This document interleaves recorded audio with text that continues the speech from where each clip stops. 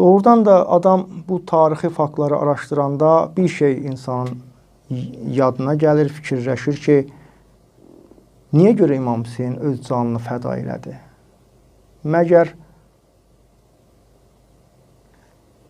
ailə, uşaq, qohum, bəziləri deyir ki, mənim üçün ailəm dəyərlidir, bəziləri deyir ki, mənim üçün işim dəyərlidir, bəziləri deyir ki, mənim üçün vəzifəm dəyərlidir, bəziləri deyir, mənim üçün həyatım dəyərlidir. Bəs nə üçün İmam Hüseyin bütün dəyərlərdən keçdi? Hər şeydən keçdi.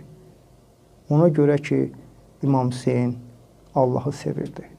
Yalnız Allah üçün hərəkət etdi. Ailəsindən, bütün dəyərlərdən keçərək o istəyirdi ki, bütün dəyərlər geçsin, yalnız Allahın İslamı, yəni bu dəyər qalsın.